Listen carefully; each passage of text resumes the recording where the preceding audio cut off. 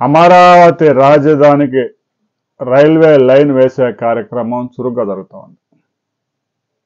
అమరావతి సమీపంలోని నంబూరు నుంచి పెదపరిమి అమరావతి రాజధాని మీదుగా అమరావతి గుడి, అమరావతి పాత పంచాయతీ ఏదైతే ఉందో ఆ గ్రామం మీదుగా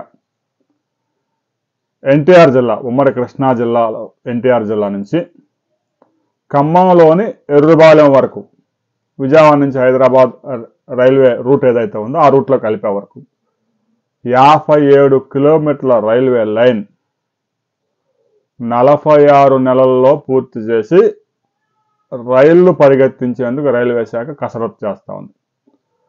రైల్వే లైన్ నిర్మించే కార్యక్రమం 3 సంవత్సరాల్లోనే పూర్తవుతుంది. అయితే కృష్ణానది మీద బ్రిడ్జి నిర్మాణం మాత్రం 4 సంవత్సరాలు తప్పనిసరిగా పనులు చేయాల్సి ఉంటుంది. ఇప్పటికే అమరావతి రాజధాని సమీపంలోని కంతేరు, పెదపరిమి ఈ గ్రామాల్లో ఇప్పటికే పెగ్ మార్కింగ్ చేసి ఏ భూములు కావాలనే దాని మీద రైతులకు నోటీసులు కూడా ఇచ్చారు.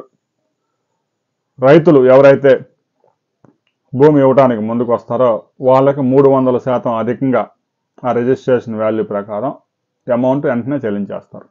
నిధులు సిద్ధంగా ఉన్నాయి.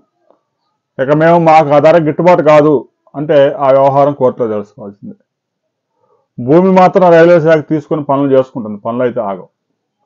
కేసు అది 10 సంవత్సరాలు తెలిద్దా 15 సంవత్సరాలు తెలిద్దా అనే విషయం తర్వాత. రిజిస్ట్రేషన్ వాల్యూ 40 లక్షలు ఉంటే 1,20 లక్షలు, రిజిస్ట్రేషన్ వాల్యూ 50 లక్షలు ఉంటే 1,50 లక్షలు ఎకరాకి చెల్లించే అవకాశం ఉంది. ఈ విధంగా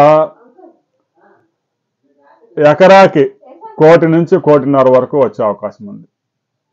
కొంతమంది కోర్టులకు వెళ్ళి ఇక పరిహారం పెంచాలని హైకోర్టుకు వెళ్ళే అవకాశం ఉంది. హైకోర్టుకు వెళ్ళిన తర్వాత హైకోర్టులో తీర్పు ఎలా ఉంటుందనే దాని మీద అమరావతి రాజధానిలో రైల్వే పరిహారం చెల్లించబోతా ఉంది.